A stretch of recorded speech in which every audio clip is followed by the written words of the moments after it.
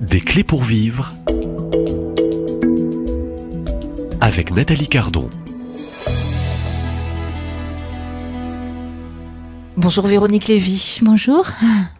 Cœur de chair, le cœur de l'Église est une femme parue aux éditions Artege depuis hier, un 4e ouvrage et votre dernier bébé, une vraie gestation. On parle de maternité, on parle de toutes ces femmes de la Bible, de la première alliance, deuxième alliance. Qu'est-ce que ces femmes de l'ancienne et nouvelle alliance peuvent-elles dire à toutes les femmes d'aujourd'hui contemporaines, Véronique Lévy, et toutes celles qui nous écoutent? Bien écoutez, il me semble qu'aujourd'hui, il y a une distorsion totale de, pas seulement l'image, mais de l'être même de la féminité, de ce que c'est une femme.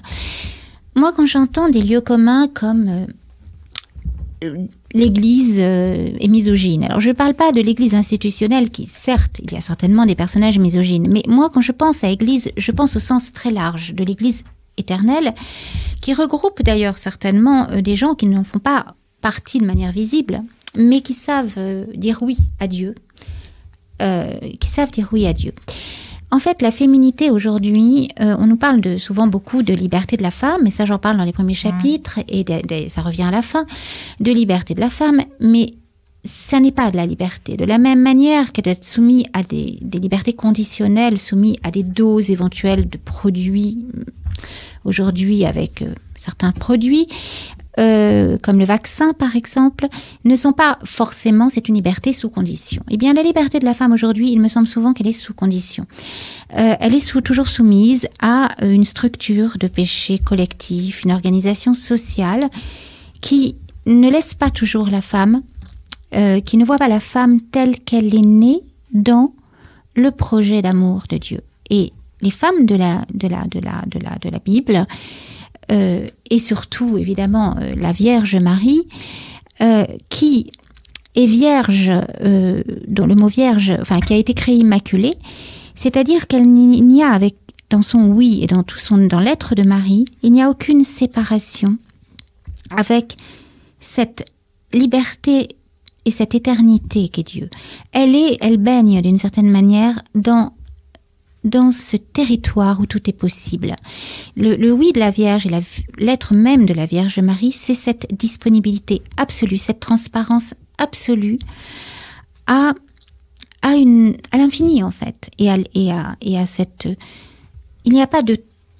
Voilà, Marie est tout à fait réelle, elle a eu une existence très concrète et très réelle avec des problèmes à régler qu'ont toutes les femmes, mais il y avait en elle une joie qui s'enracinait dans ce dialogue permanent avec Dieu, et jusqu'à l'avoir porté dans toute sa chair. Et voilà. Et dans la Bible, je montre que toutes ces femmes ont été les interlocutrices privilégiées de Dieu, ses instruments, que ce soit dans les combats, que ce soit sur des terrains de bataille, que ce soit dans l'extermination du mal aussi, qui a été promis à la femme, mais nous y reviendrons. Et aujourd'hui, je crois que seule dans le regard de Dieu, la femme est capable de tous les possibles. C'est vraiment dans le regard de Dieu qu'elle est véritablement sacrée, que son corps est vraiment un sanctuaire, et il est vraiment sacré sous et dans le regard de Dieu. Parce que dans le regard des hommes, il sera toujours soumis à une relativité de lois qui peuvent demain profaner ce corps.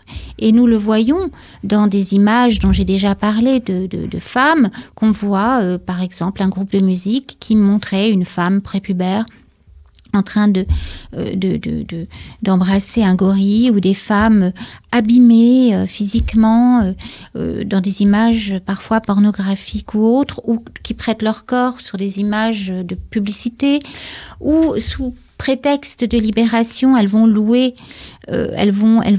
prêter leur corps à des expérimentations douloureuses et difficiles,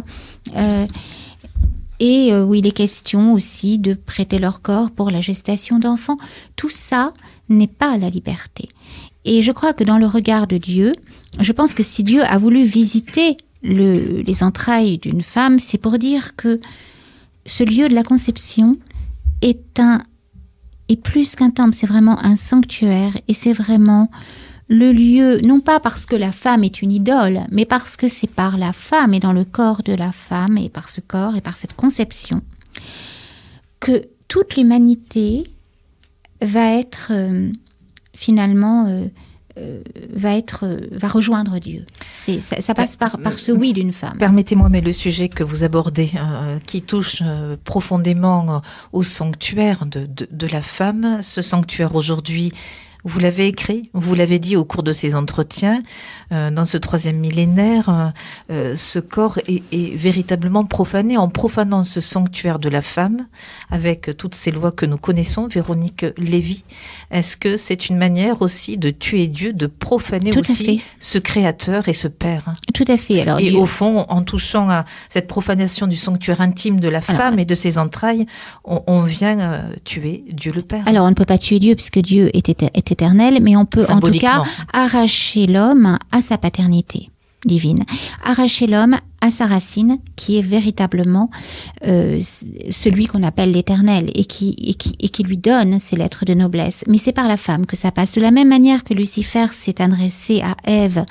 dans le jardin, dans l'Éden, de la même manière aujourd'hui, on passe par le lieu de la conception des femmes, par leur corps, par leur sexualité, par le lieu de la gestation, par le lieu de la conception, pour désorganiser la création et, au fond, pour la profaner. C'est un désordre de la création qui s'installe. Oui, mais plus qu'un désordre, une profanation, puisqu'on le sait aujourd'hui, et on en parlera, il y a des profanations qui vont très loin, puisque il y a eu des autorisations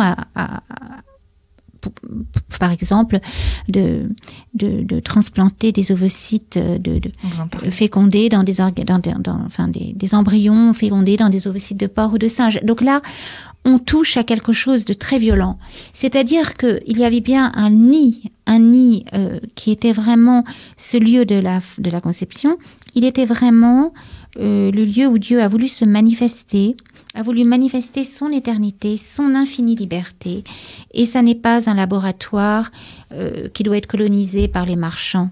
Les marchands du temple, ce sont les nouveaux marchands du temple. Les nouveaux marchands du temple. Véronique Lévy, vous en parlez aussi dans cet ouvrage paru cette semaine aux éditions Artege, Cœur de chair, le cœur de l'Église est une femme. Je vous propose de vous retrouver, et ça sera le tout dernier entretien qui nous conduira au fond à cet ultime combat, qui est un grand combat que nous découvrirons demain à cette même place, à la même heure, tout près de l'Immaculée Conception, ici à Lourdes. À demain et merci.